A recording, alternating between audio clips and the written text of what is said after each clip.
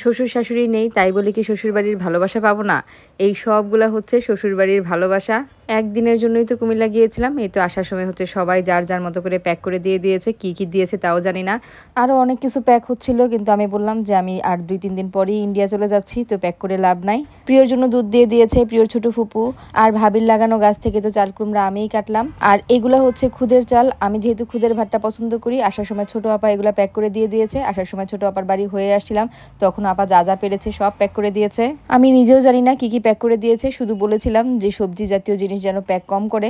কারণ আমি যেহেতু থাকবো না, এগুলা বেশি করে দিলে নষ্ট হবে।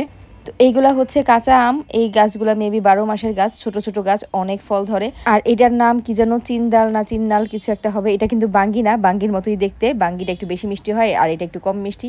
ছোট দুলাভাই আমাদের সাথেই আসছিলেন। তো উনি আবার উনার ব্যাগ থেকে ১ প্যাকেট খেজুর বের করে দিলেন। আপা আবার উনার ব্যাগেও দিয়ে দিয়েছিলেন খেজুর। মানে আমার ব্যাগে জায়গা হচ্ছিল না দেখে আবার এগুলো আবার উনার ব্যাগেও ট্রান্সফার হয়েছিল। এখানেই শেষ না, আরো কিছু আছে। আমার ছোট ননাসের বাড়ি হয়ে তো আসছি। ছোট ননাসের শাশুড়ি হচ্ছে আমার খালা শাশুড়ি, মানে খালাতো ভাইয়ের কাছে বিয়ে হয়েছে। তো খালাম্মা কোনটা রেখে কোনটা প্যাক করবে। ৫ মিনিটের জন্য গিয়েছিলাম আপার বাড়িতে। আপা একদিক দিয়ে প্যাক করে, খালাম্মা আরেক দিক দিয়ে প্যাক করে। বলেছিলাম সবজি কম দেওয়ার জন্য। তাও আবার এই প্যাকেটের মধ্যে দেখি কাঁচা পেঁপে, ঢেঁড়স। তো সামনের ২ দিন হচ্ছে এই সবজিগুলাই রান্নাবান্না করতে হবে। আর এই ব্যাগ ভর্তি হচ্ছে ধনিয়া পাতা আর বাড়ির গাছের লেবু আর আমার বড় ননাসের গাছের লেবু।